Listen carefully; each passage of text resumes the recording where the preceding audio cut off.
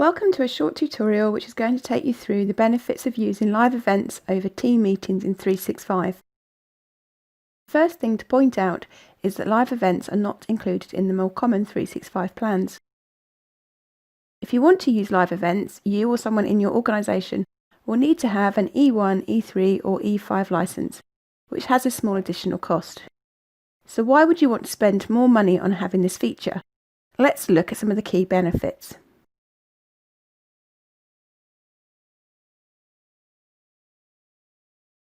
Let's start with numbers. With a team meeting, you are limited to inviting a maximum of 250 people, and this is just for audio and chat. However, with a live event, the maximum number of attendees is 10,000, which is huge. Now let's look at recordings. In most live events, the event is automatically recorded and can be sent to the presenter, producer, and the attendees and accessed as an event resource. Although it's easy to record a team meeting, it's currently not possible to share the recording to external attendees on Microsoft Stream, which makes working and sharing in live events at the moment the easier option. What about reporting? Within live events, the producer will be able to access and download an attendee engagement report from the event resources, confirming the information on the attendees, what device they watched on, and whether they stayed until the end or not. For those who have access to Team Admin Center, you will also be able to run live event usage reports to see what events have taken place, who presented them, and who produced them. For those that have accessibility issues, you can turn on Captions tool, which provides written captions to run alongside your presenter. These can also be translated if needed. Although captions are available in meetings, it is more limited functionality. The final big benefit I want to cover is the ability to set up live event with Q&A. This is a much more organised way of handling questions, as you will see in one of my later videos. In a team meeting, you can use the chat, but it goes out to everyone and no one controls it or gives answers.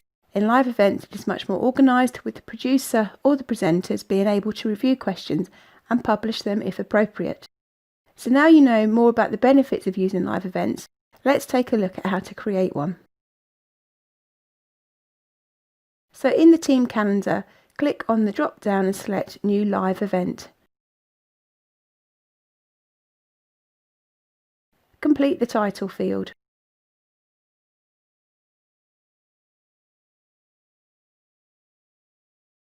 If your event is also taking place in the meeting room, enter the details here or add online. Set the start date and start time.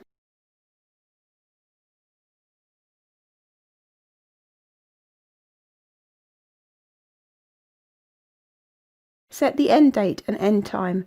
Remember, a live event can stream for up to 4 hours. Add any details you need to share with the producer and presenters.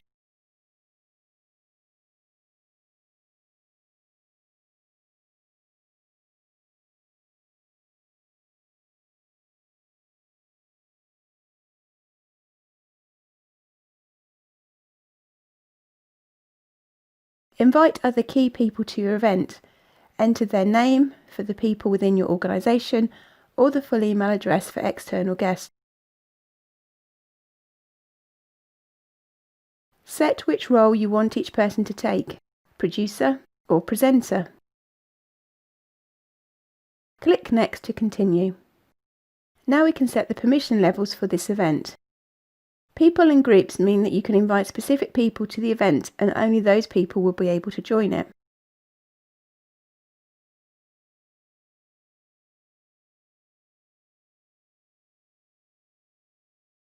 Org-wide means that everyone within your business who has a business email will be able to access the event, but they will be required to sign in with their 365 credentials.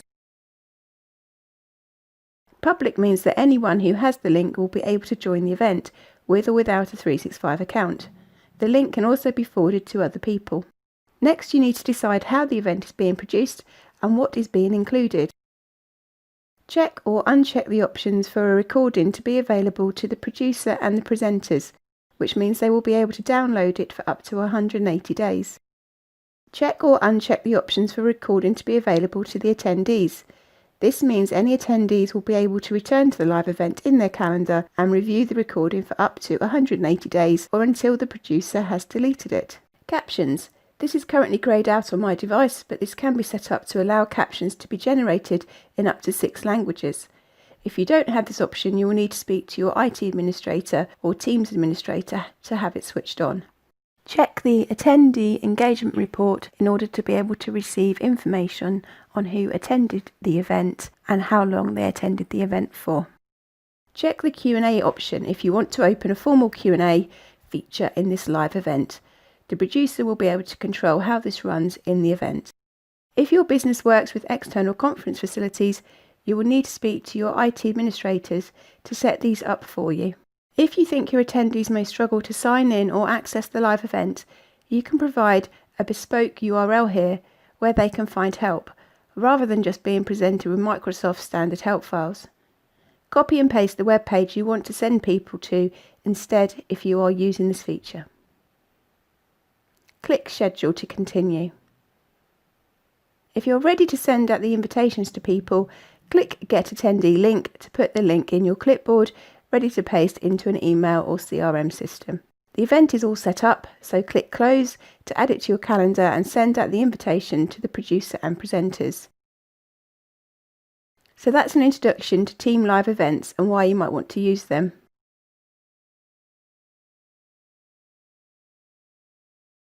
Bye for now.